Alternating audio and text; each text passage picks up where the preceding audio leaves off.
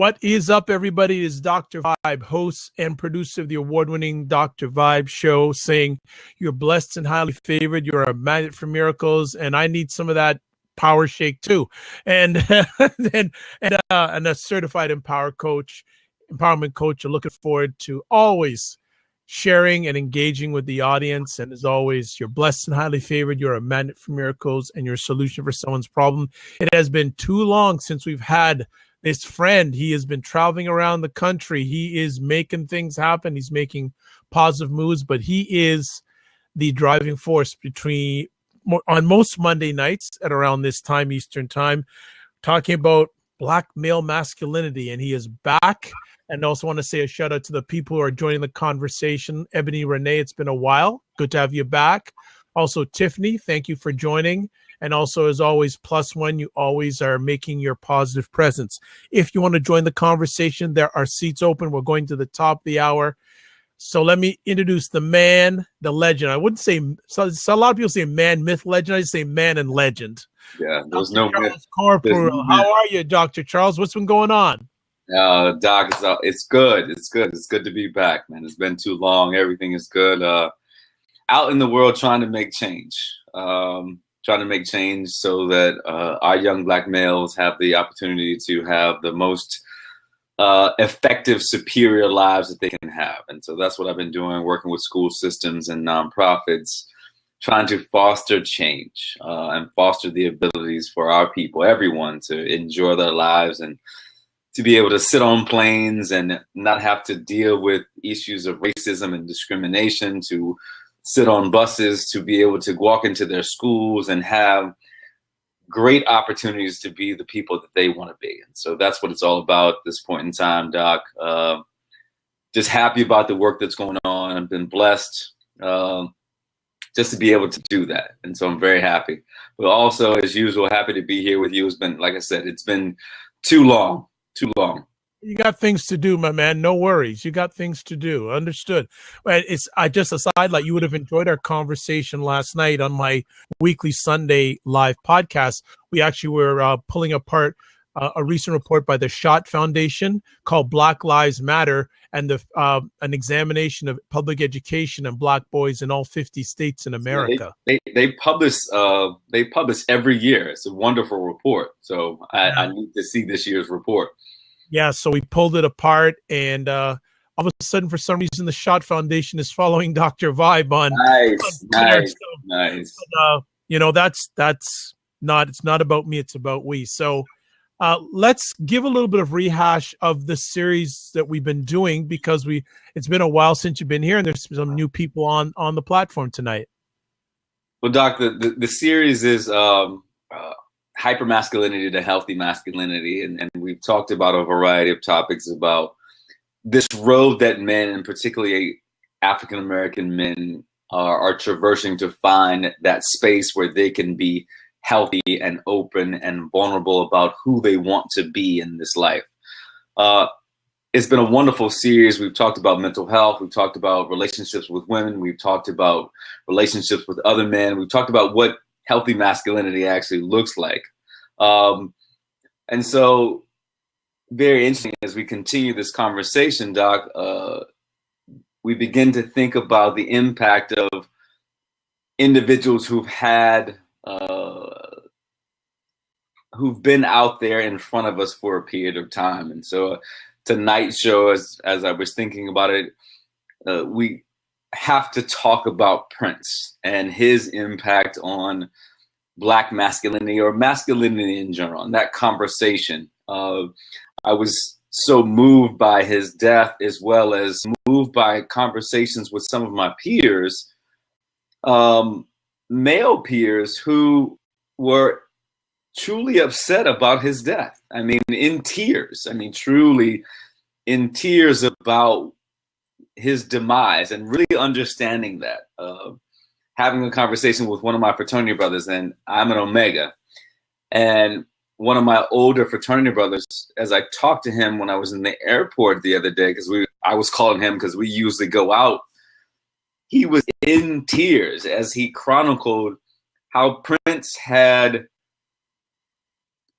been the soundtrack of his adolescence. and how he wore pearls to school, because Prince did. He wore sandals because he saw Prince in sandals.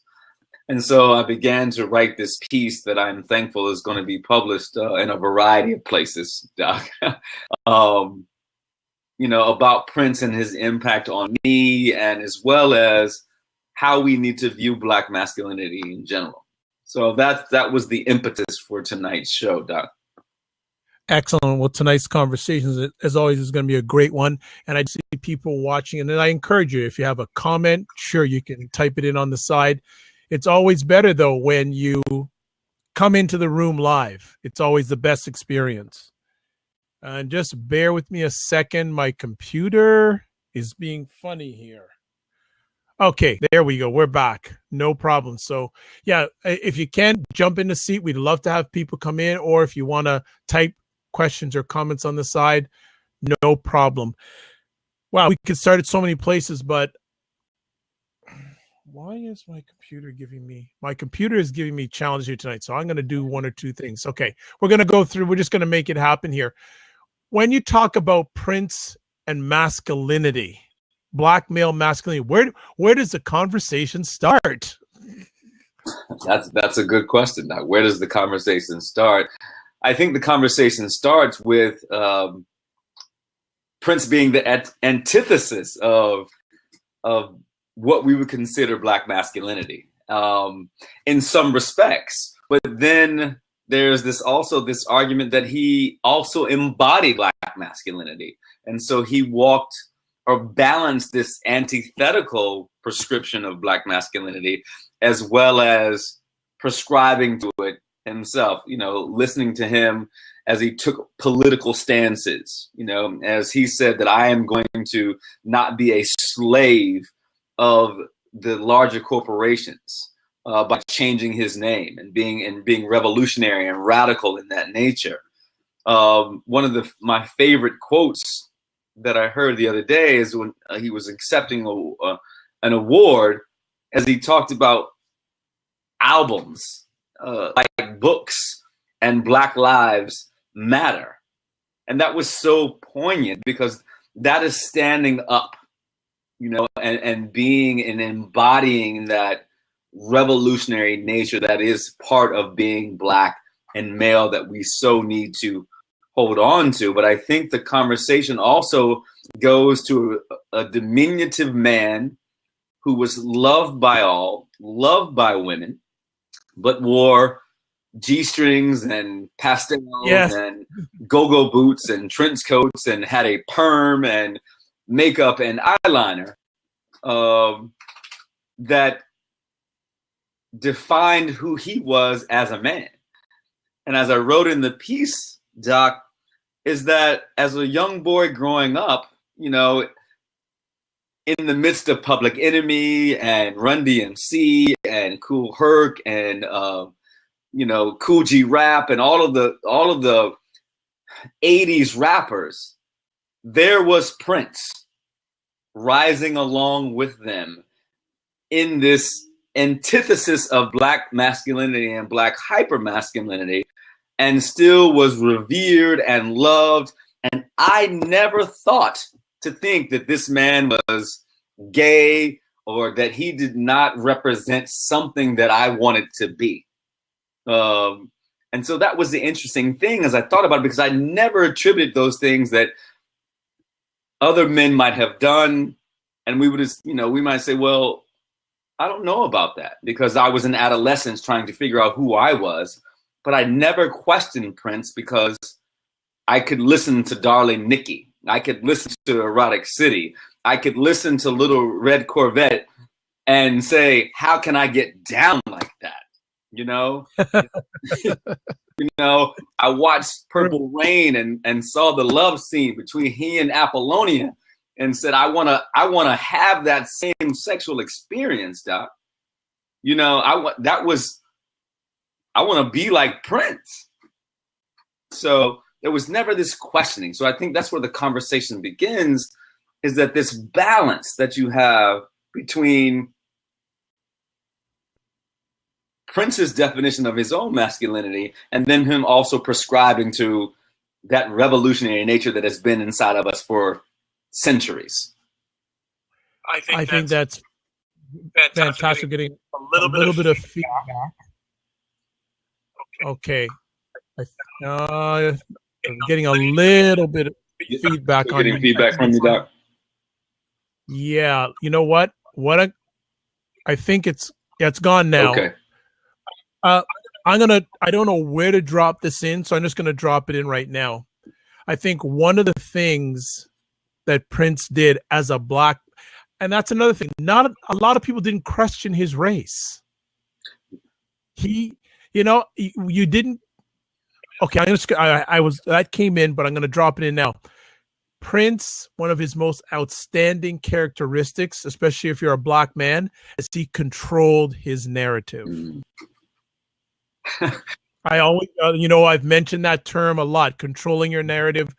He is the quintessential black man that controlled his narrative, and he did it from the beginning right till the end. He controlled his narrative. People would question, are you this? Are you that? And he just gave them an answer, and that's his answer. Right. And he wasn't going to fight you over it. This is what I am. This is what I do, etc. And that in itself, Doc, is powerful, because you think about the narrative that black men have already, and regardless of country, that what is the narrative around us? Lazy, lethargic, hypersex, violent,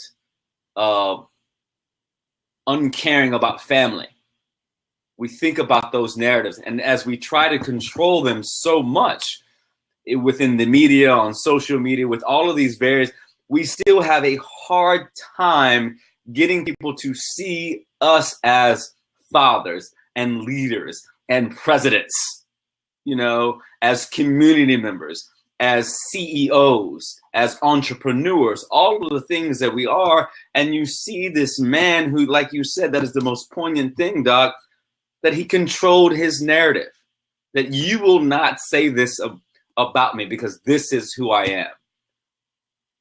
To me, that is a part of mental toughness, because there were questions.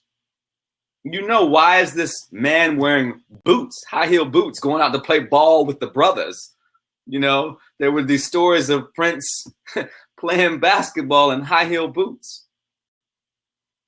but still controlling your narrative. I would love to be able to control my narrative, Doc.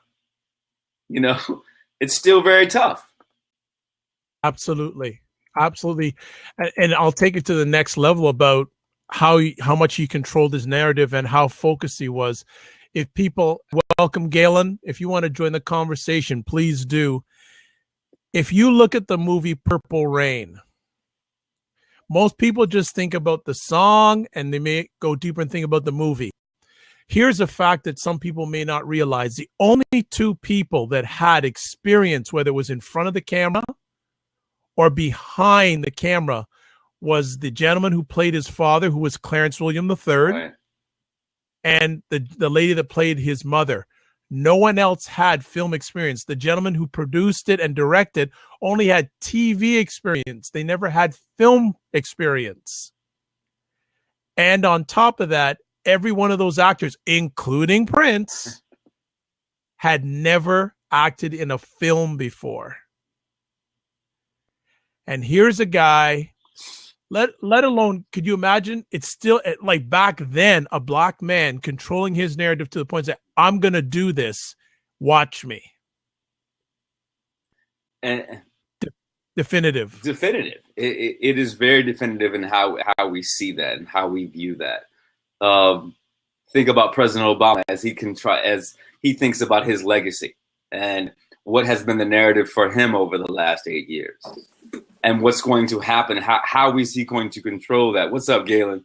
Hey, man. How is he going to be able to control that narrative once he leaves? Because people have tried to drive his narrative so much. He's a socialist. He's a Muslim.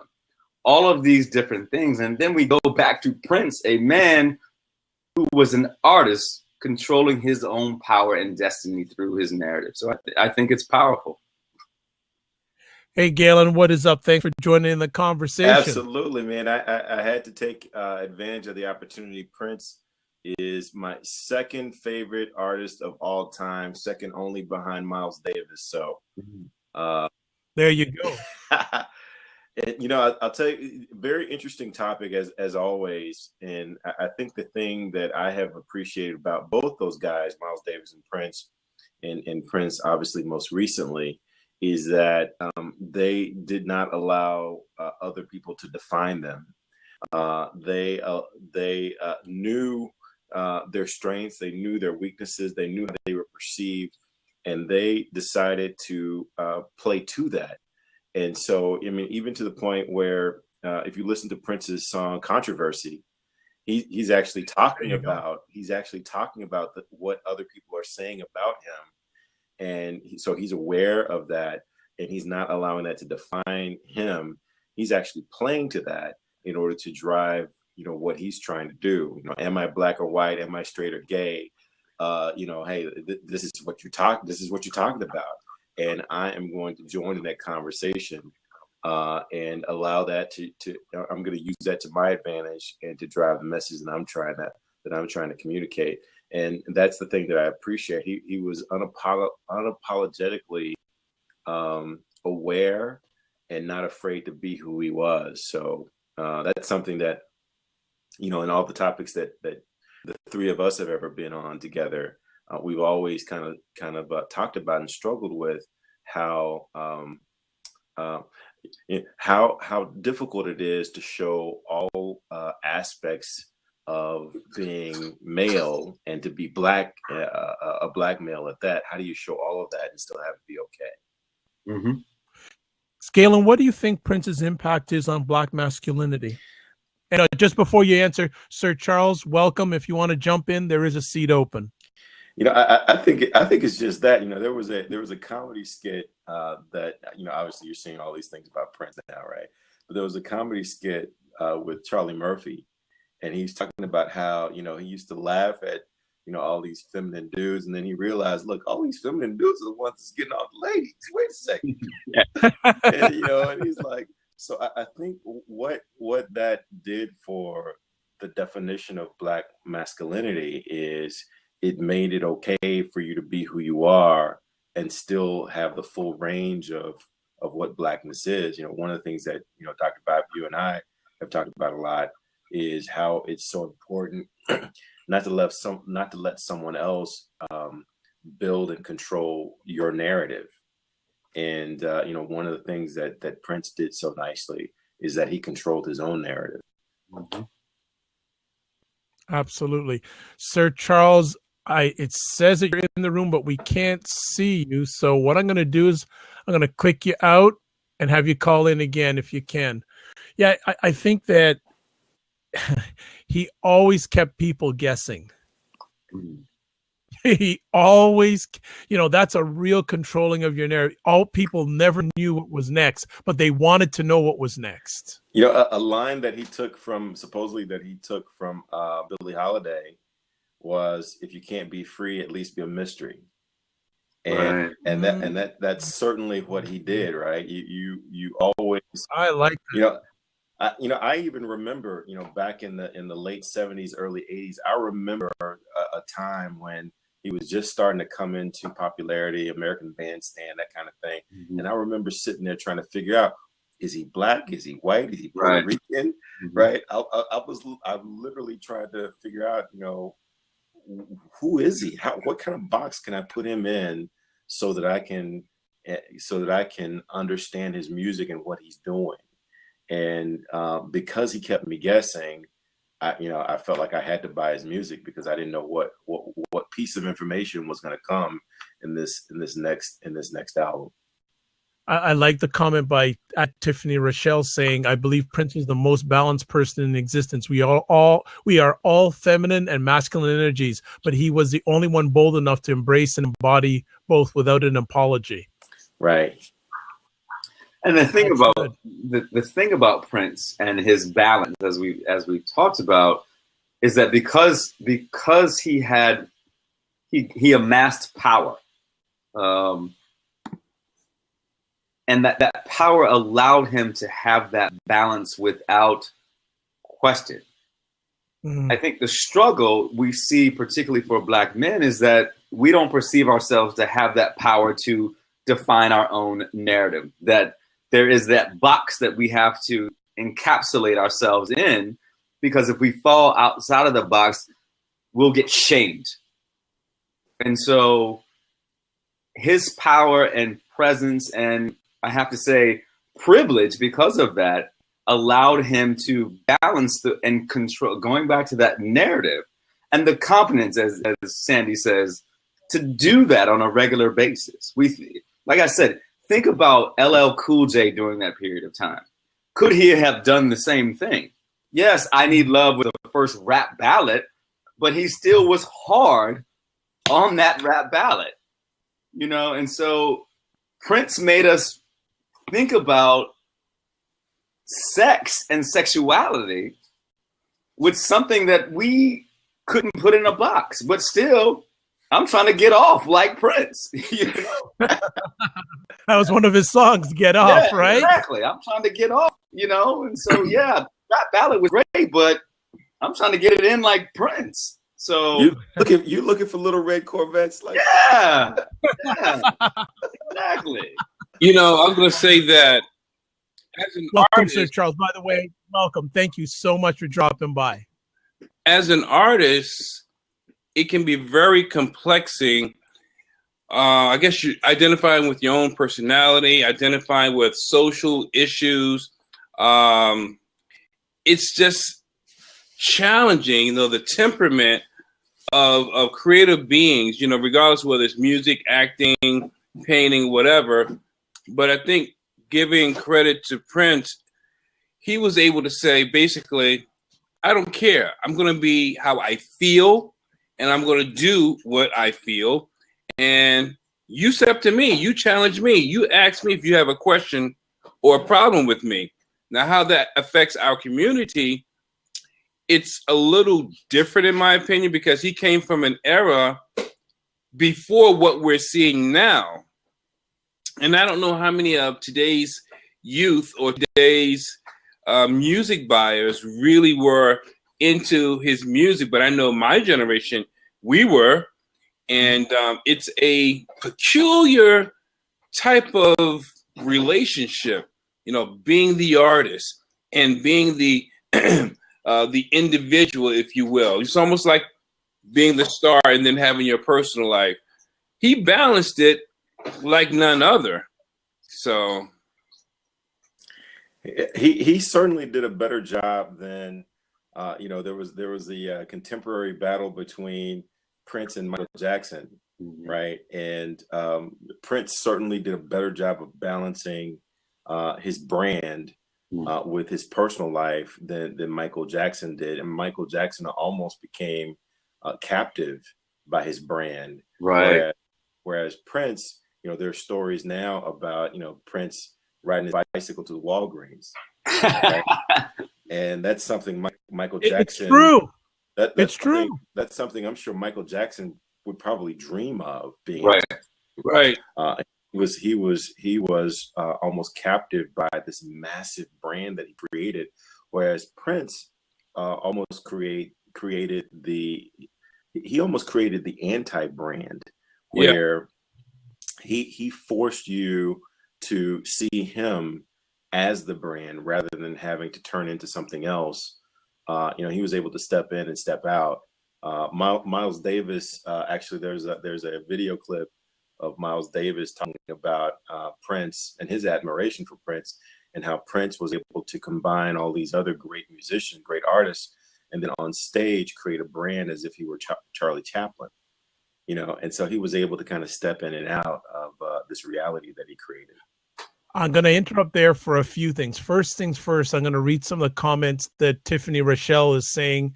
Tiffany Rochelle one saying, he also didn't let others hold him to he used to be. As he evolved, he accepted who he was, yet not linger on it. He constantly evolved and stayed in the presence of who he was at that time. I think that's a great comment. Not only did he control his narrative, he refused to allow others to make definitions for him. He did not argue with others about understanding of who or what he was. He simply was, and either you got it or you got on. he was wasting time helping you get over your own insecurities or questions about him.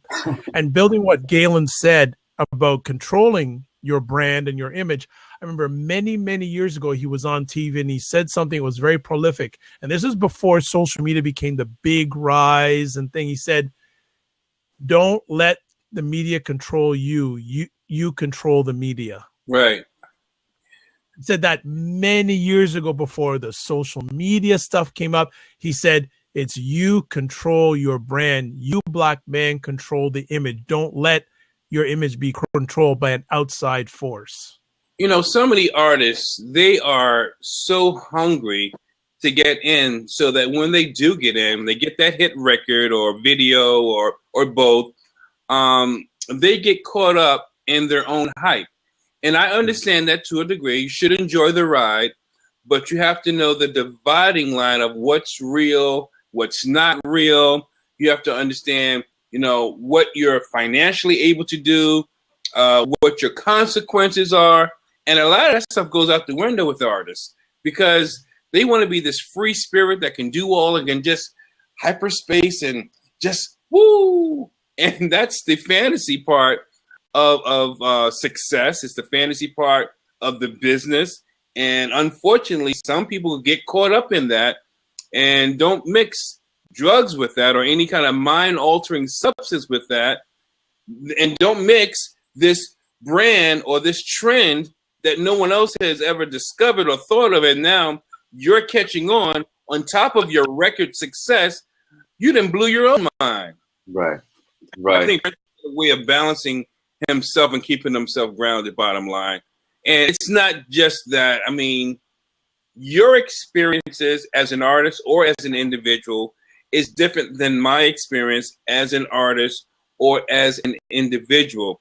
And a lot of that, you know, feeds the machine, the internal machine and the external machine. Yeah. Hey, one more comment, then I'm going to jump off and free up the seat. There's a lot of heavy hitters there on the sideline. I'll do this. I would love to see jump on.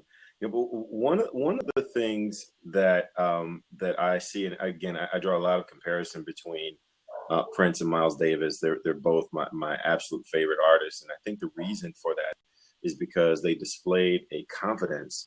And you know, Dr. Vibe, you read a comment on the side that spoke to this. It's a confidence to do what I want to do, and then let you catch on if you can. And so with both Prince and with Miles Davis, I got the sense that they weren't in it for the money. Obviously, they wanted to be compensated for what they were doing, but they were in it for the music. I mean, even to the tune where, you know, Prince recorded all this music, and when the record company wouldn't let him release all of his music, he said, well, fine, I'm just going to keep making it, and I'm going to give some of it away. Right. Because I'm about making this music. That's who I am. And if I don't get paid for it, then I don't get paid for it. I'll give a free concert, right? I'm about the music. And Miles Davis took a lot of flack towards I'd say the second third of his career, because they thought that he was turning his back on the audience in performances. And later they understood that he was giving his band direction. But even that idea of turning his back on the audience, for me, translated to, I'm here for the music. I'm here to create the music. And if you guys happen to enjoy it, then that's just great. That's right. But I'm here for the music. Whereas today's artists, a lot of today's artists, and obviously it's a generalization, but a lot of today's artists, it's very clear that they're there to make a paycheck, and they're there to get paid. And they'll tell you that in the song, I'm here to get paid. And so there's a difference for me with those two guys versus what I see a lot of today, or at least what's. I know both of you. I know both of you gentlemen are going to jump off, but I think, and getting back to the topic of black male masculinity, I think another two attributes that of Prince showing masculinity, he never left his home. Yeah. I saw recently he said to someone, "Hey man, Minneapolis is where it's always been. I didn't have to be in LA or New York, you know. It was happening right there in Minneapolis, Minnesota for him and the time, they brought that swag to their area, their hometown. So, kudos to them." Right. The man would go to record stores. He gave back. Great form of masculinity. Like, I watched a special on Friday night, Dateline. I don't know if a lot of people realize this. You know who one of his closest friends was Tamron Hall. Tamron Hall. I saw that interview with her. Yeah. The man, 3-hour conversations. And you know what? I think one of the highest compliments I've ever heard from anyone. She said that the only person that I spoke to more than Prince was my mother. Yeah. Like, wouldn't any man feel great with that kind of comment? Of course. Absolutely. Yeah. Black man, any man, but especially a black man. When I heard, wow. Like, I just dropped the mic. I just walked away from that. I just went, the man, it was just phenomenal. Like, I'm sure he had his vices. We may or may not ever hear them, but I'm sure we will. I'm telling you, I'm sure we will. But I just went, my gosh, like, someone to say that, I just went, wow. Like, that's a great form. Go ahead, Charles. But that's a level of trust and friendship that, that men and women need to have, and that's a level of vulnerability with, and I don't know the relationship that, if there was a physical relationship, whatever, but the relationship for them to have, 3-hour conversations for her to say that I don't talk to anyone more than my mother, than Prince is astounding, in a sense that men don't often have that much to say. Exactly. And often that much trust.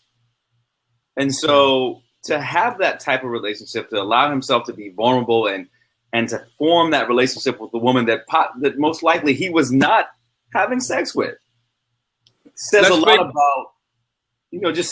about relationships between men and women and how healthy they can be when men allow themselves to open up and not. Charles, you're right. Let's face it. Say again, Charles.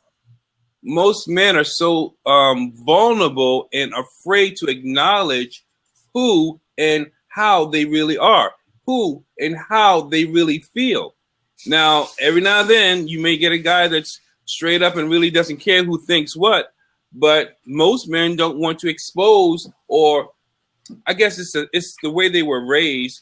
They don't want to reveal, I should say, that they have feelings, that they can be vulnerable, that they were wrong, that they are sorry, et cetera, et cetera, et cetera.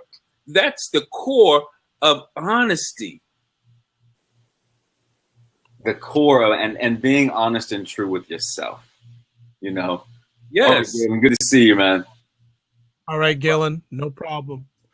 Well, you know what? Go ahead, Doc. You go ahead.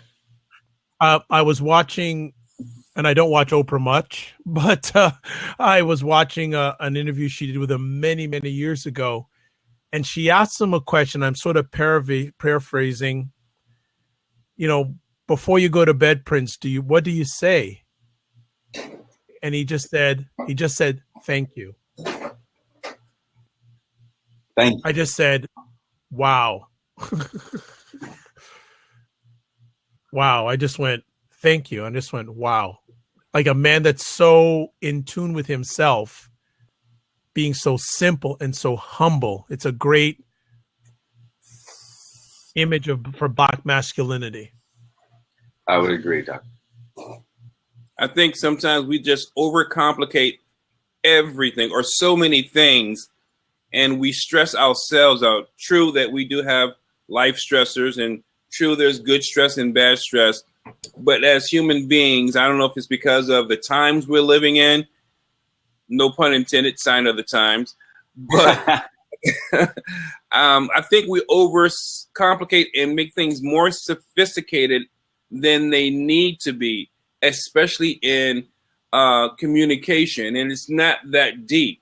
If you're sincere, your message can be, your point can be made very simply. You know, simplicity is always best, if you ask me. I agree, and that makes me think about today's artist, you know, and I think about the rappers of that period of time, and I tweeted out one day, it's interesting to see how the rappers of the hyper masculine rappers of the 80s and where they are now. They're actors on TV playing very antithetical roles to their rap music. You know, LL is on CSI. Ice Cube has been a long time actor on Law and Order, SVU.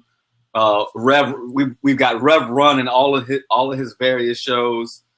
You know, and now I'm watching the evolution of Lil Wayne and how the evolution of Lil Wayne, who did a Katie Couric interview that was an atrocity. Really? And I just have to put that out there. That was completely asinine and an atrocity that is now being marketed by Samsung. And all of a sudden he is happy-go-lucky pouring champagne, you know, and like, what? You know, I like that interview with him. Say again? I like that interview with him and Katie Couric. I thought he was trying to be a regular person, you know, not a personality. I don't know if he was being honest, but it came across he was trying to be just a regular guy, the guy behind the image. I could be wrong.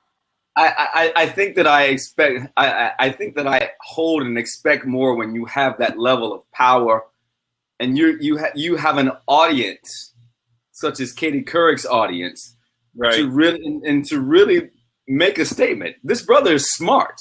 You know, if you know his history here in New Orleans, Winston McMain was an honor student. You know, and you think about, there's the opportunity, and there was that opportunity, and all of a sudden it was lost. It was lost. Smart brother, but it was lost. But now seeing this evolution, and if we take this back to Prince, that was there from the beginning. Hi, guys. And like you said, hey, Tiffany. Hi. Thank you. You know, this conversation was just so good. As you can see, I was actually washing my hair, so I had to put a hat on and fix it up. It's okay. It's okay. So, just be you. No, I just really, it's funny because, of course, his death has evoked so many conversations, and I actually teach the art of womanhood, and I'm in the process. My calling is to reconnect women with their divine femininity. So of course I'm constantly looking at the energies between masculine and feminine, and a lot of work that I do involves taking women out of their masculine energy, and part of it is recognizing that there's a balance. And so why Prince is so intriguing is because, like I said in the comment that I typed, is that he was like this anomaly because he completely understood that he was a man. You understood that he was a man, but what you saw visually sometimes would mess you up because you're like, this is a contradiction, but it really wasn't. It was the true and total embodiment of what I think men need. Women need it too, but men are not taught to embrace it. And that is the understanding that in order for you to be a powerful man, there's a little bit of softness. You have to tap into your softness in order to win the masses. And understand that in any of us, our creative side is actually our feminine energy. The level of creativity that he displayed comes from the fact that he was completely tapped into that part of his spiritual and feminine essence. And especially in our Black community, it's almost like the visualization and the position of the Black man has completely been turned upside down. And it hasn't become an embodiment. It has become an aping, meaning now men are not just embracing their femininity, they're trying to become women. And so I think that is just an amazing balance that a person could walk on earth and live his complete and full truth without apology, without, he kept his life so private, yet he was there, like he was accessible, and he didn't become a slave to his celebrity because he kept his love for humanity and his love for music at the forefront. And I believe that softness that he had balanced it out and allowed him to do that. Tiffany, a few things. First of all, you can come on my conversation anytime. Well, thank you. And you know what I love is that you stepped up and came on, and not only were your words that you typed in powerful, but you added more energy and more strength to them by coming on and sharing them with us. So I'd like to say thank you so much, because that was so well put. Like, that was fantastic. Gentlemen, what would you like to add on what Tiffany shared? That was beautiful. Well, I was going to go ahead, Charles. Go ahead. I was going to say that I don't know if the femininity is seen because of the creativity, although I see that it could. I think that there is definitely that balance. I think the honesty part that I spoke on earlier is so key. A lot of men are afraid when I talk about the vulnerability, the apologies, I'm talking about being unsure. That's seen as, in most men's eyes, as weakness. So from that perspective, they don't realize, a lot of men, that is, don't realize that really is strength, because it takes a lot to admit or to openly expose that you don't know, fill in the blank, that you cannot, fill in the blank, that you feel, fill in the blank. That's actually strength. So although we've been raised to think, men I'm speaking of, that you're weak by not, you're weak, so conceal that, their awareness and their mindset has to be, or should be, revamped. It should be refocused, because, she had a lot of great points, but our teaching and our thinking honestly is wrong on so many levels. And on the human level, that's one thing that is really skewed, very skewed, and this is why a lot of times we have conflict in relationships. The men can't admit their feelings or confront their feelings, and the women, in some cases, are trying to be what society says a man is supposed to be. So you have this constant clash. But very well said. Very well said. So I just like to address, I do agree with you. And when I was speaking about the femininity in him being shown in certain ways, it was purely about the scientific and the energetic standpoint of that.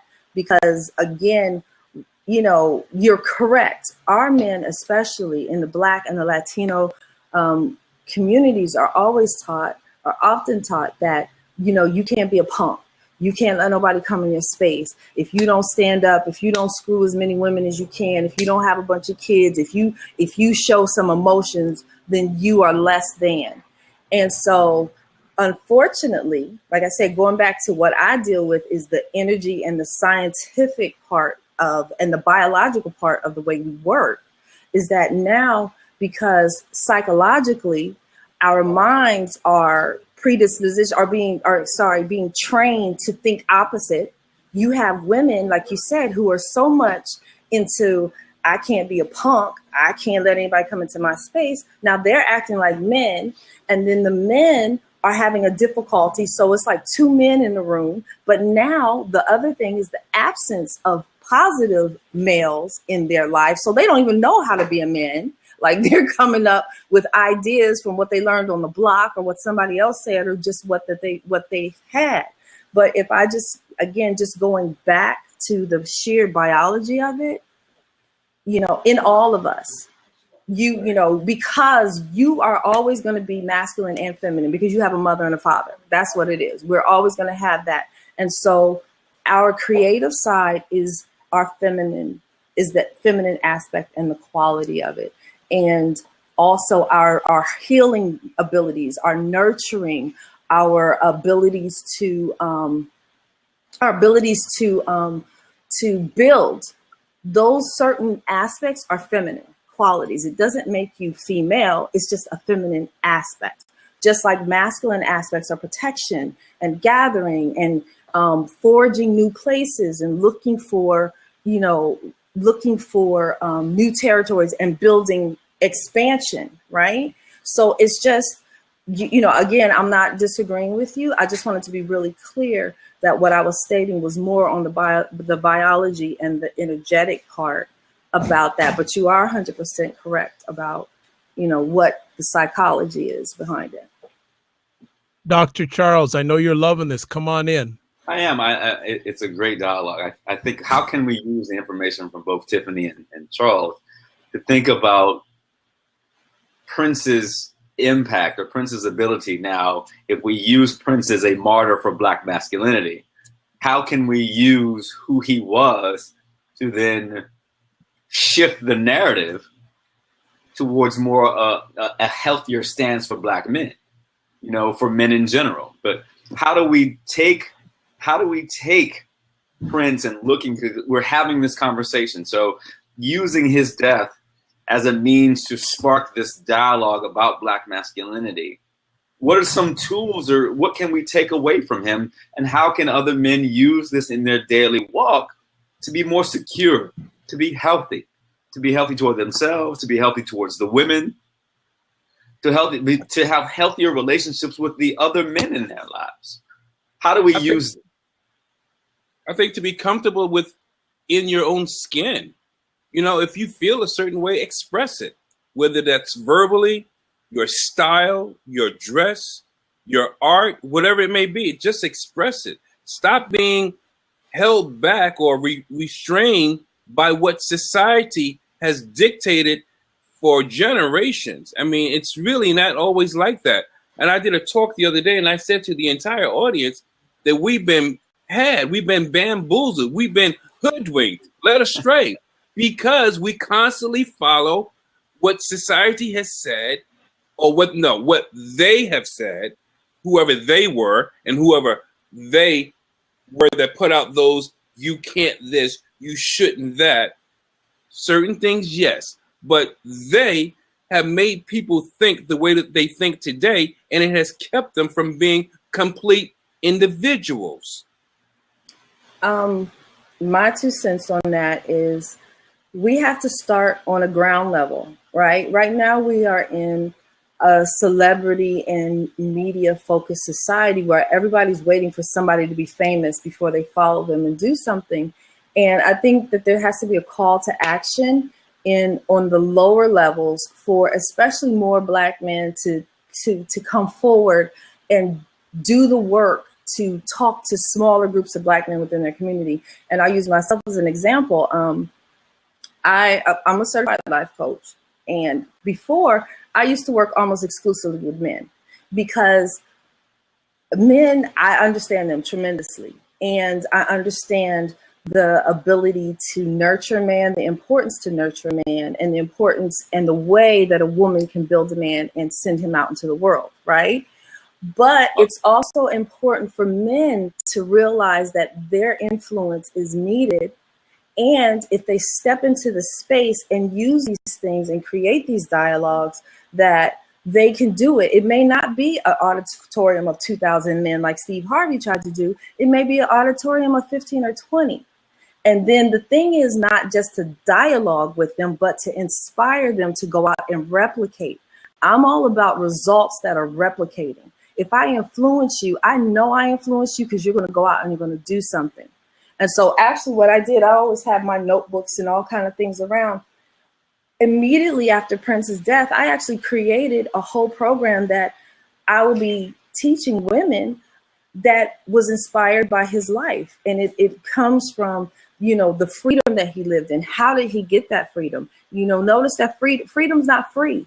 He paid a heavy price. Like he was willing to give up his hours of sleep. He was willing to lose friends. He was willing to look silly. He was willing to do all these things that most of us aren't willing to.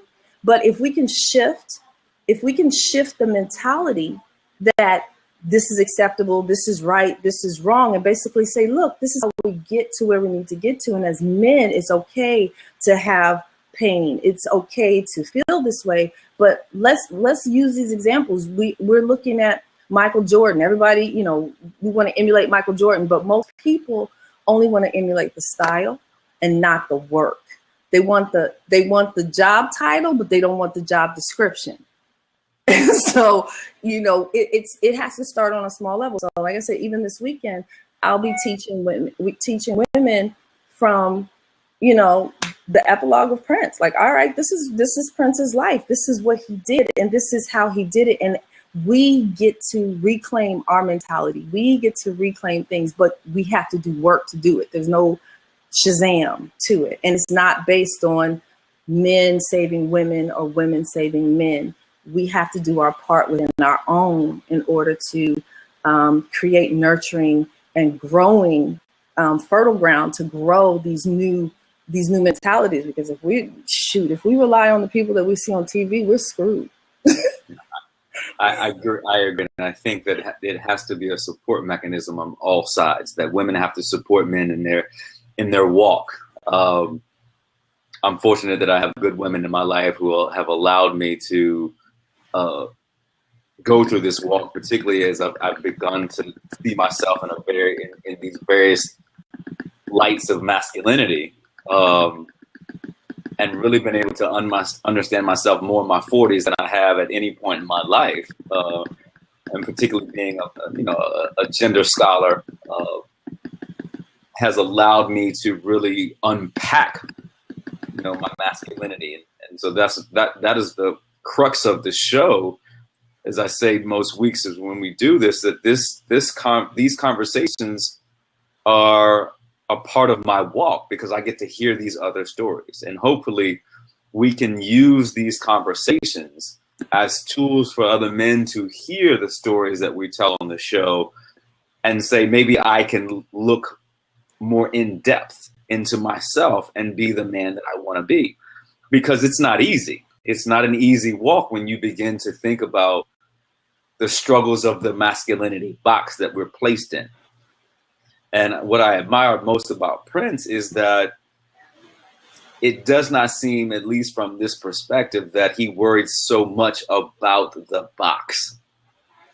And when we can get outside of the box, it opens up so much for us. But I think that we worry so much about being shamed, and do we fit in with other people? And as we get older, it just doesn't seem like it matters. But our young boys see that, because if they choose something that is antithetical to the masculinity box, they have to worry about, how am I perceived? Am I going to be bullied? All of the ramifications, and we've got to do something to turn that around, because suicide is one of the largest killers of young African-American males during adolescence, other than homicide. Yes. As young Black males trying to figure out who they want to be, and that struggle, particularly if their masculinities do not fall in lockstep with what our cultural and societal prescriptions of masculinity are. And so that's why we're having this conversation. The impetus for Prince, sadly, is that he sparked this conversation because of his death. Well, I know it's come to the top of the hour, and Dr. Charles has to jump on a plane, I'm sure, somewhere in the world. We'll certainly continue the conversation probably after the recording is done. Pardon me. Dr. Charles, any final words you want to share with us before we let you go? Just want to thank everybody for coming out and listening and being a part of the conversation. Thank you, Chitney. Thank you, Galen. Thank you, Charles. And thank you, Doc, as always, for just being a part of it and having this conversation. Hopefully, Doc is going to publish the piece that I wrote about Prince, courage, Prince and his Black masculinities, on his website, as well as be done. He's going to beat them. The article will also be published on the Good Men Project as well. So Please check it out if you get a chance. You can find me on Twitter at WYRevolution, or give me an email at Dr. Corprew, Dr. Charles Corprew at gmail.com. Excellent. Well, thank you so much for coming back, because I know you've been traveling a lot, and I know you got places to go, people to see, and causes to take to a higher level. So, as always, I like to say, God bless, peace be well, keep the faith, and walk good. Thank you. Thank you so much for having us and having me on. Tiffany, you can stay on. Tiffany, you can stay on. Dr. Corprew has to jump. Okay, hold on. Before Tiffany, you go, Dr. Corprew, where are you at? I live in New Orleans. Okay, I would really like to connect with you. I'm in California, but I would like to connect with you off air. Okay. Because we need to have these masculine and feminine conversations, and I'm really in search of strong males to partner with to put these good things together. So if we can, I just put my email address in the on the side. All right. You see that? Cool. I'll send you an email. Send me an email, and then I can send you my my phone number, and we can connect. Okay. Thank you, and you have safe travels. All right, Tiffany. All right. Be well. All right. All right. So we're going to continue the conversation. It sounds like a lot of people want to continue this conversation. One of the things I would say too about Prince is that he was bold, sold, and told. And he was not, and performing wise, it was an outwardly bold, aggressive bold. But even when he sat down to do interviews, he had a softer bold. He was quiet, low key, but it was still bold. He knew himself. He had an answer. He was going to stick by his answer. He moved to his own rhythm. And I really respect him because of that. It's just so he knew himself. He was intimate with himself. And he had that humble swag. Askia Jones, you should come on and define on that. And what I liked about that is that he was willing to share that with people. He didn't keep it behind a mask, though he wore lots of masks on stage, etc. But he was intimate with himself, and then he got intimate with you through his music and through his interviews. Tiffany, I know you want to share something. I can tell by that hat. That brow is looking interesting. What you want to? And if anyone else wants to come on the seat, please do. Yeah, no, like I said, I was in the middle. My hair needed to be done, but it was. Okay, this is just such. Oh no, I'm not worried. I think I'm fly, but I still like to look good. Hey, like Stevie Wonder said, don't you worry about a thing. Just come on down. But it comes down to ownership, right? Yeah. Prince didn't ask for permission, but that was because he took ownership of his gift. He took ownership of his life. He took ownership of the course. And most of us are out here waiting for somebody to discover us, waiting for somebody to validate us, waiting for somebody to love us so that we know we can move forward. And Prince came from, my daddy says I'm not as good as him, so he won't even let me touch his piano. People are talking about me in school because I'm so tiny. But you know what I'm going to do? I'm going to be better than, and I'm going to build my own playground. I'm going to build my own playground, and then people are going to want to come and play with me. I'm not going to stand on the edge of the playground and hope somebody invites me in. I'm going to build my own, and that's what he did. He took complete ownership of everything to the point where he was not going to be a slave to the industry. When they decided that they weren't going to play by the rules that, he understood, oh, this is not fair, he stood up. He was like, okay, I'm going to change my name. So everything about him, he was never a victim. He was never a person that was like, oh my God, I have too much celebrity and I can't handle this, or this is happening. You didn't hear that from him. And I think that if we get nothing else from Prince, to understand why he was able to live free, why he was able to do things without permission, is because he knew that he was the source. He knew that God was his source, God was in him, and he was the source of this. So there was nothing outside of that. It's interesting. Kenneth Aston is asking, and we know this how?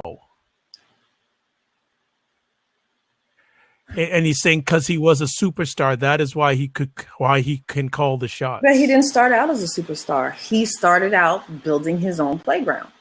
Meaning, again, back to what I was saying, in his history, he was ridiculed. He was talked about because he was different. He was talked about by his father. You know, there was different things. He said that his father wasn't very kind to him. So neither was Michael Jackson dad.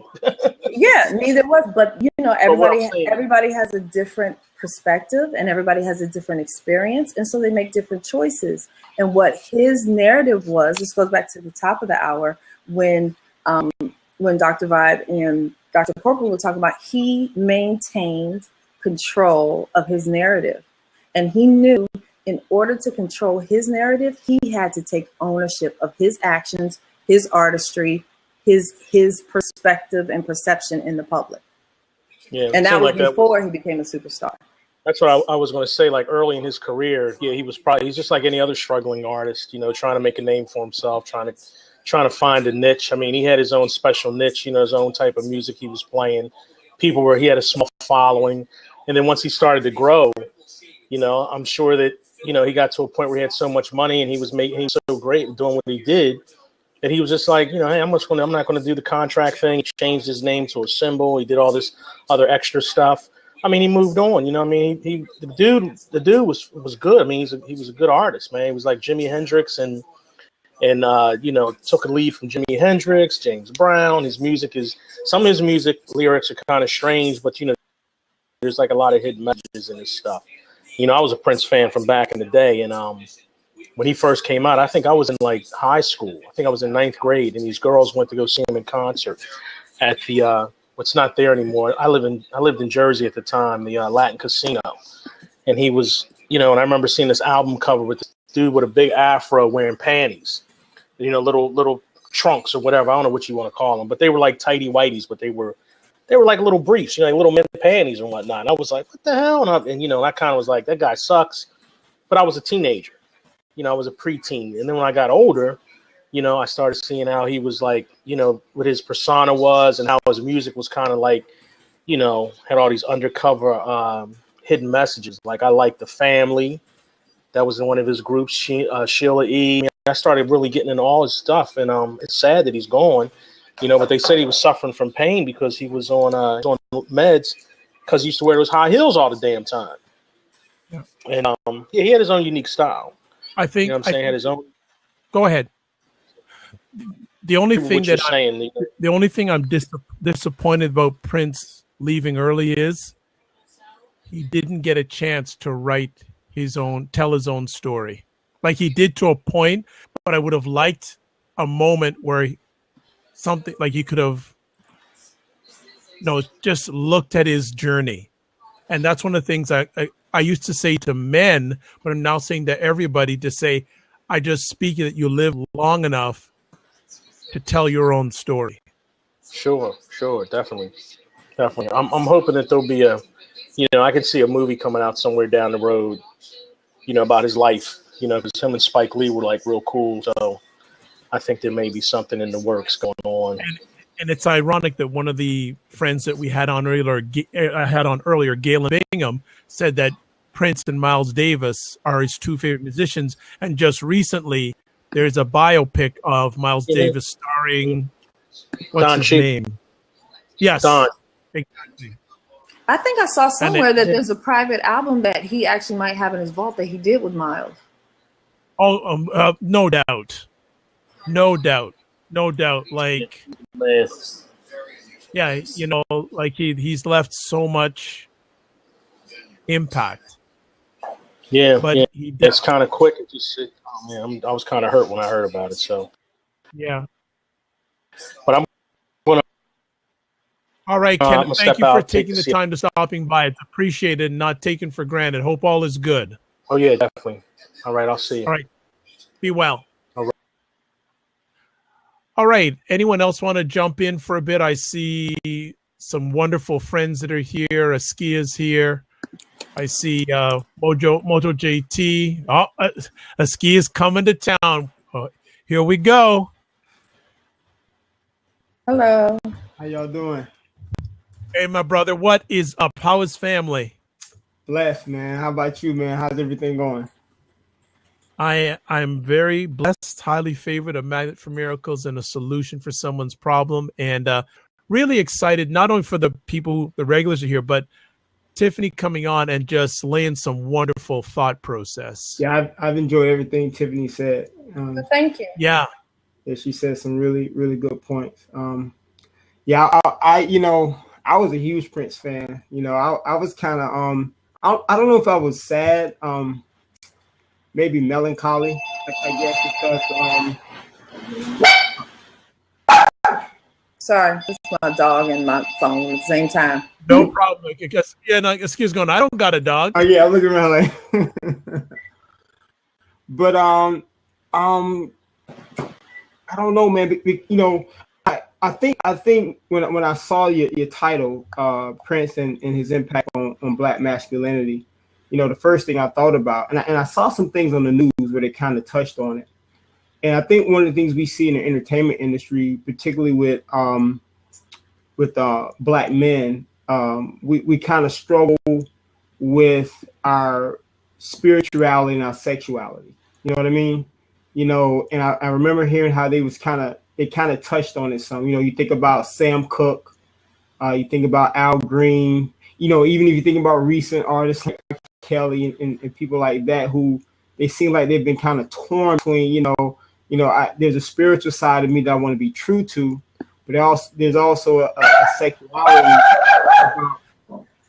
about myself. Hey, I'm sorry. I'm so sorry. That I want to explore as well. So I think what I've seen is I think what I've admired about Prince is that he seemed to be at peace with saying that you don't have to disconnect those things that are spiritual and those things that, as a human, that are sexual. You know what I mean? There's a place where they both can coexist without feeling guilty. You know what I'm saying? Or feeling like you're sacrificing one for the other. So I've always appreciated that about Prince, but he's gonna be missed, man. I mean, this dude was he was a savant. He was an absolute savant. Well, and your one of your courses is brand management. Yeah. Talk about being a Black man as Prince was and how he controlled his brand. Yeah. Before I go, Durham, I love Durham. She even mentioned Marvin Gaye, kind of had that same struggle, which is very true. And if you think about it, think about it. Think about Marvin Gaye, Prince, Sam Cooke. These are guys who, Marvin Gaye can have a beautiful song about saying what's going on, dealing with the troubles of the world. But then he can also have a song called Sexual Healing. You know what I mean? He could tap into both sides. That I think was so ironic.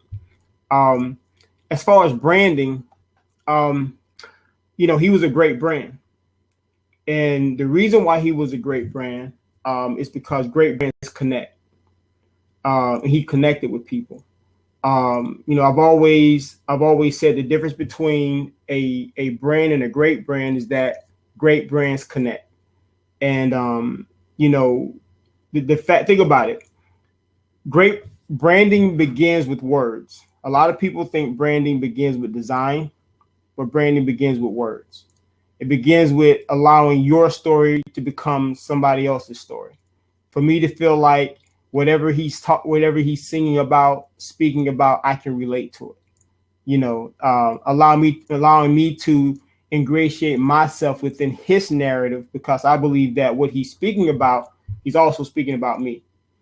And so I think from a branding standpoint, that's what he was able to do. If you even think about when he dealt with with Warner Brothers, this was a guy, think about it, this was a guy who got into a contract. People forget he signed with Warner Brothers when he was like 17, 18 years old. People forget he was a kid, when he first started. And so he signs this contract, and all of a sudden he can't, he can't even, they're telling him he can't do any other albums except unless it's with them, with his name Prince. And that's not his stage name. That's the name his mother gave him. His name was Prince Rogers Nelson. So that was his name. And they're telling him he can't use his own name. So he creates a symbol. Now think about this. You want to talk about branding, how powerful his brand was. He creates a symbol that we couldn't even pronounce, which was a male and female symbol that he kind of created and created his own symbol. And the symbol for him was a symbol of love. But he didn't have a name for it. So that's where the artist formerly known as Prince came from, because he said no one knew what the symbol was. There wasn't a keyboard key, on the keyboard to be able to type it in. So he said, just call me the artist formerly known as Prince. Well, this is a guy who, because of his words, because of his brand, he could actually now continue for a period of time as a symbol, and still people will connect with him even more. That is amazing. That is absolutely amazing. So great brands connect. And I think that's what made him such a powerful force. And I'll be honest with you, they showed the Eiffel Tower purple. They showed all these different countries that had some of the most prolific monuments. The lights went purple.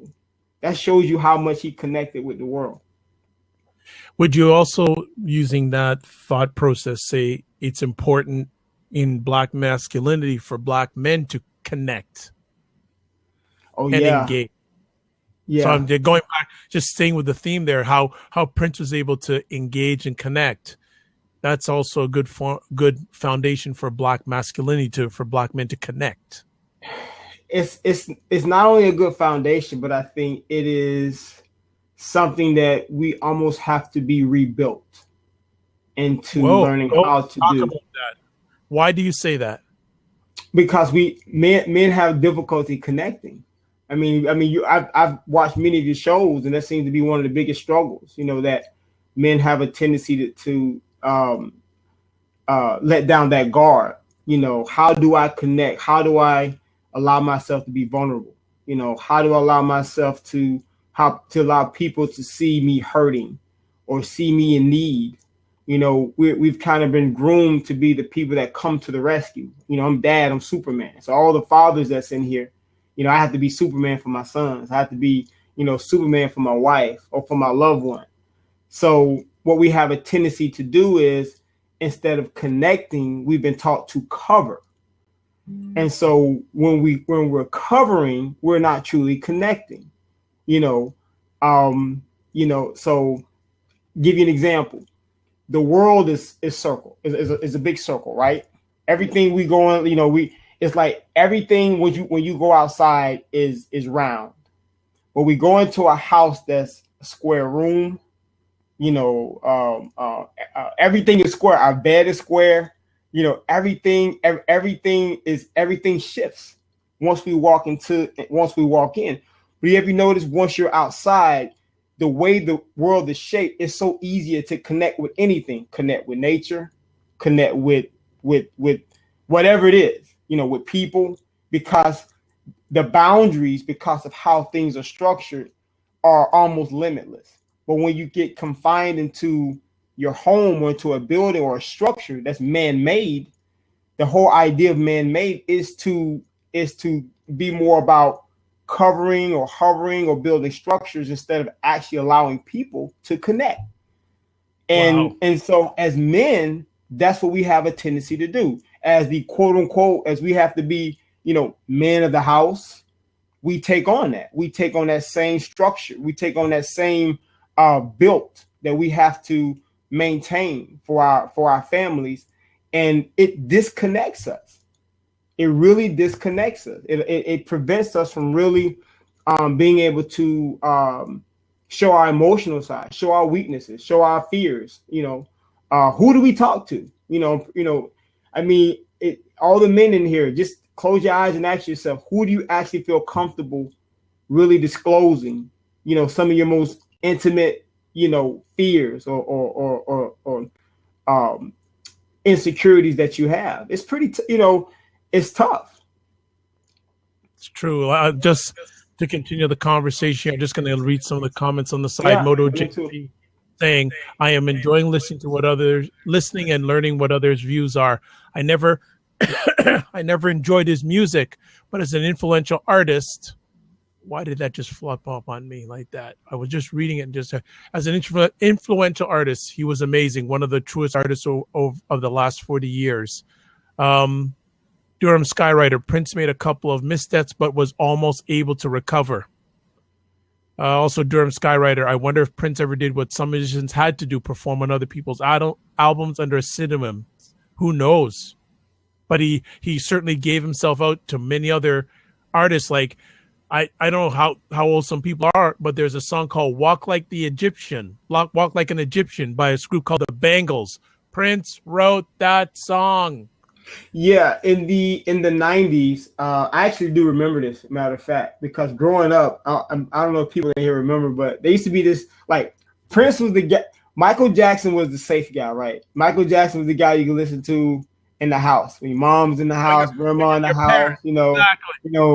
Grandma buy you the glove and the Thriller jacket and the socks. Prince was the guy you listened to when everybody went to sleep. Because you can't be playing Darling Nikki and Insatiable and all those things with mom in the house. And think about it. We're talking about Prince and his impact on Black masculinity. If you really think about it, Prince allowed young men during that era to actually do just that, explore both sides. And it goes back to what you just said. But we felt as though we had to explore it in private. You see what I'm saying? We felt like we had to, I'll be honest with you, it wasn't even really sexy telling girls you were a huge Prince fan, but you could tell you're a Michael Jackson fan, which is kind of ironic, because they almost felt like you weren't as masculine as you perceived to be if you were because of the impact he really had more on women than even Michael Jackson did. Yeah, and I'm just thinking here with Prince that, and just watching some of the footage over the last few days, just like, wow, fascinating individual. And his impact on Black masculinity is just. And Sharita said something. She said, society has caused that. She said it's not natural, and that's so very true. It's not part of our nature, and it goes back to what we said earlier. Talking about how the world has kind of set this thing up for it being hard for men to actually be connectors. We only want to be connectors in business. Think about it. That's when men talk about connecting, 9 times out of 10, it's dealing with business or corporate matters. How often do you hear them talking about connecting when it talks about family or when it talks about relationships? They don't really talk about it. I'll even go this far. It's sad but not sure. If you listen to Prince songs, Prince seemed to be taboo. But if you listen to his music, Prince always had a high level of respect for women in his music. Listen to the music today. When Prince talked about making love, he literally said making love. What do we say today? Think about what young men say today. Listen to these words. We use the word, I'm going to hit that. I'm going to beat that. They use the word, I'm going to cut it. And I'm going to stab it. We use violent terms as terms of endearment. We use violent terms in regards of how we have sexual encounters with our women. Think about that. And it's okay now. Society deems that it's okay. You listen to how rappers now talk about relationship with girls. It's in a violent manner. Man, you're gonna tap that, you're gonna hit that, you're gonna beat that. All these are like fighting words. these are terms when you're talking about fisticuffs You know, this is not when you're talking about an emotional connection with a woman, which is sad. It is. It is like there was a dangerous side of him, but it wasn't. It's nothing compared to what some of the stuff's going on today on air. A lot of this stuff, you know, a lot of this stuff. And I also think, too, the vulnerable side of him, because you look at the movie, I'm going back into the movie Purple Rain.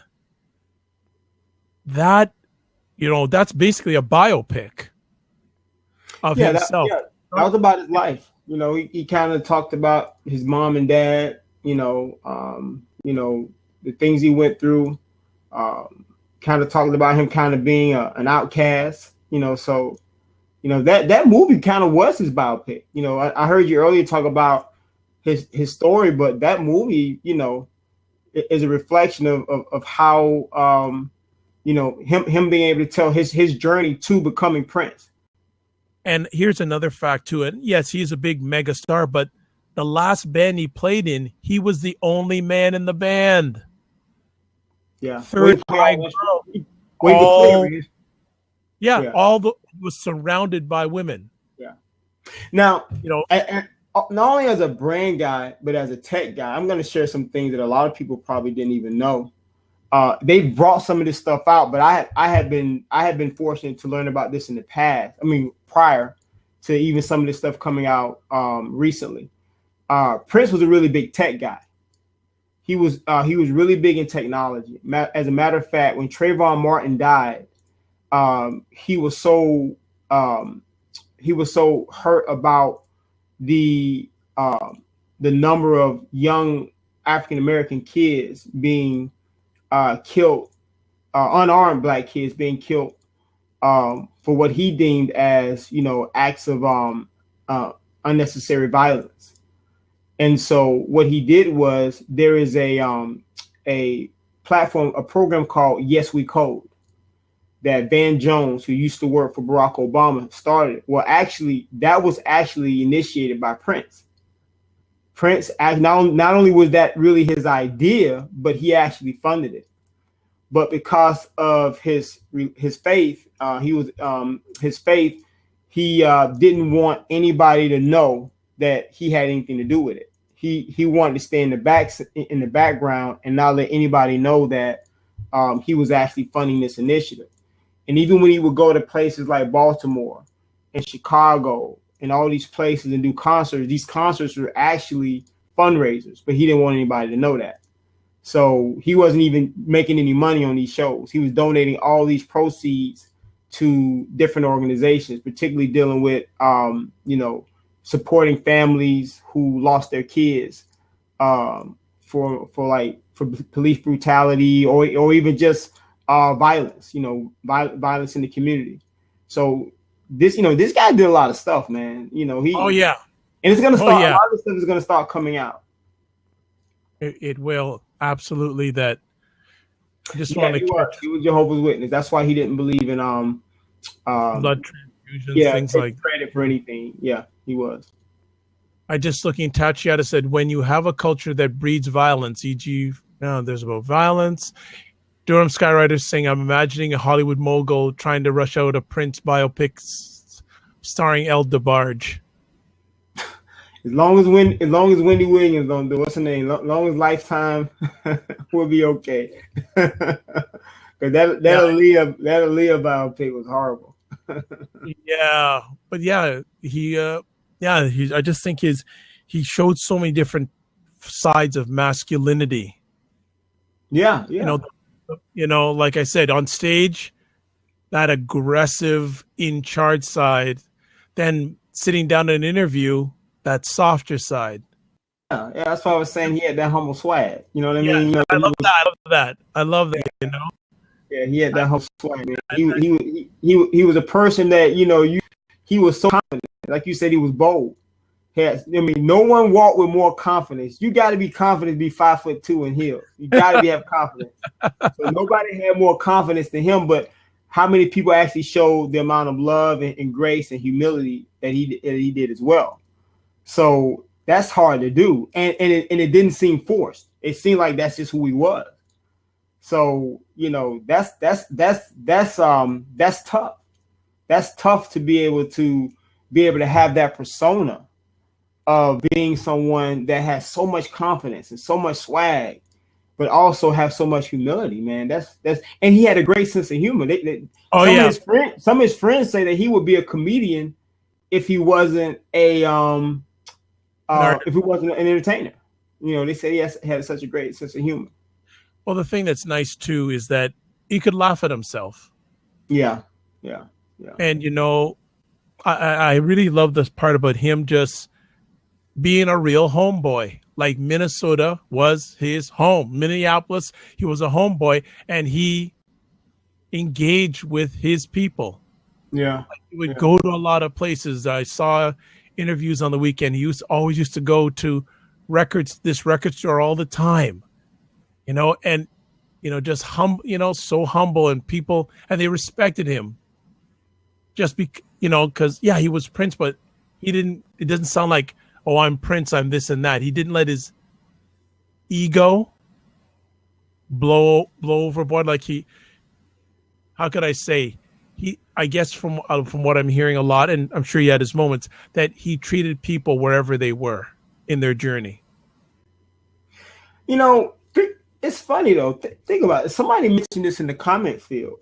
Think about it. This is a person who lived in the limelight as far as his status as one of the biggest, most successful musicians in history. But you never heard any scandals about him. You never heard any, I remember now, the worst you remember, I recall as a kid, they would like ban him from certain cities when he used to have some really, really wild shows. Yeah, but what's interesting about that too is that, and Van said, what is your favorite Prince song? Too many. I can't nail one. Sorry. So I'll answer that right quick. But for those who are old enough, there is a lady named Tipper Gore. Mm-hmm. Many years, yes, Tipper Gore. And she went to the American government to say, ban people like Prince. And the sticker or the rating that you see, lyrics explicit, indirectly came from a Prince song called Darling Nikki that Tipper Gore's younger daughter was listening to. And that got her so upset. Yeah. That she went to the American government about it. Yeah. What's interesting? One of my favorite songs was actually believe it or not, was "Let's Go Crazy," because there's a spiritual undertone to that song. It kind of starts out with this kind of like this quote unquote this type of sermon, so to speak. Dearly beloved. Yeah, we got here today with this thing called life, and but now if you understand the lyrics, he would say something like, "Don't let the elevator take us down." The elevator represented the devil. And what's so ironic was he actually died in an elevator, which I thought was actually ironic, which is actually really crazy. Yeah. So I thought that was like really, really like, I don't even know what the word is to even explain that, but I thought it was crazy, that was one of his most, believe it or not, that was one of his most spiritually charged songs. And he's really talking about trying to elevate yourself from temptation. That was the whole idea, of that song, was to try to rise above. Don't fall. Don't let the elevator take you down. Yep. Matter of fact, he even says in the song, push the button and go up to a higher floor. So I thought that was pretty interesting. Well, that just goes along with Prince, right? Yeah. And just another thing too is that another great song, if you really want an interesting lyric, there's a song called Pop Life. Yeah, I remember Pop Life. Yeah, the lyrics in that that song are deep. Yeah. And everyone thinks it's a great pop song, but if you read the lyrics, they are he wrote with a message. Yeah. I mean, look, man, I started out by saying I didn't really know. I was kind of like, when I heard the news, first of all, you don't believe it, right? You think it's some kind of, rumor or something like that. And then when I heard it, I was just kind of like, just kind of still for a while, because I was like, okay. And I was talking to my brother, and he was like, "Did you hear the news?" He was like, "I was like, yeah." They said Prince died. I said, "Yeah." I said, "Man," I said, "I can't believe it." And but at the end of the day, you know, I told my brother, I said, the world didn't owe him nothing. You know what I mean? I mean, this, you know, if anything, he teaches you how, you know, to live your life, man. You know what I'm saying? You know, live your life. You know what he taught? Live your life without compromise, but also I can honestly say with accountability. You know, I don't really see, you know, he grew. I think his integrity grew each and every year. His spirituality grew each and every year. I think he began to know of himself and begin to learn of himself more and more and more. You know, he wasn't that type of person. I mean, he didn't steal anything. He wanted what he felt he deserved. He fought to get his publishing. It's sad from what I'm hearing now that the publishing goes back to Warner Brothers now, which is pretty bad. But are you kidding me? From what I've been hearing, I don't know how true it is, but from what I'm hearing, the way that he didn't. But you know what is, and not to change the subject, but you know, I'll digress for a second. He and Michael Jackson both, ironically, had publishing controversy, so to speak. Remember, Michael Jackson at one time owned half of Sony's publishing. A lot of people don't even know that. People know that he owned the Beatles publishing, but he actually owned half of Sony's. Think about this, half of Sony's publishing. You know, Prince and Michael Jackson was probably two of the most astute businessmen, not just musicians, but businessmen. And that's something, and that's what Prince really talked about. And that's really what made me get on, was when Kenneth was talking about how do we know this. Prince was really about ownership. Prince was serious about ownership. And he took that very seriously. He actually was all about entrepreneurship, ownership, owning stuff. And so that's a fact. You can ask anybody that. Learned about it from Paul McCartney, then turned around. Yeah. But this is the crazy thing. Michael Jackson's, not to digress into Michael Jackson, but he just recently, about a year ago, his estate sold back the publishing to Sony. Yes, I did hear that. That makes no sense to me. But we're not going to talk about it. It's another conversation. That's another conversation altogether. Prince, from what I've been hearing, I want to dig deep into that and find out more. But from what I've read so far, the way the deal was structured was they said that because Prince didn't have any kids or wife, the publishing went right back to that's right. He sold it. Michael Jackson sold it to Sony for $750 million, which was really low. They said that 50%. And again, you know, this is just a real quick note. That publishing included Bob Dylan recordings, Beyonce's recordings, great country musicians, great rock star musicians, rappers. That was a huge catalog that you own 50% of. There is no way you sell that back for $750 million. That 50% is worth billions of dollars. Oh yeah. But with that said, put it like this, just to give you an idea, Prince catalog, just his music, was worth $500 million. So what do you think half of Sony's catalog would be worth? If Prince recording all by itself was worth $500 million, what do you think half of Sony's would be worth? So, you know, that's the equivalent of a fire sale. That is a garage sale. But you're right. Yeah. You're right, Durham. That is definitely a fire sale. So, yeah, absolutely. Yeah. No doubt about it. And agreed. Another impact for Black masculinity is that, again, they were both entrepreneurs they controlled their message. They were, you know, they go back to Black masculinity. I think Prince taught the importance of ownership, the importance of community, because of how he ingratiated himself in so many ways, whether we knew it or not. That we're finding out that a lot of people are going to be finding out now because of his faith. Those are things that are very important when you talk about black masculinity, or any masculinity, black, or masculinity in general. Regardless of race or creed or anything. At the end of the day, community is a human aspect. We all have a sense of community. Regardless of our skin color, we all, and one blab I would like to see, and I know you'd be the perfect person to do this. I've got my pen and paper ready. When we talk of Black community, that is one way that we, don't get me wrong, it's important. So anybody out there, trust me, I mentor. I go to inner cities and I mentor constantly. I'm passionate about it.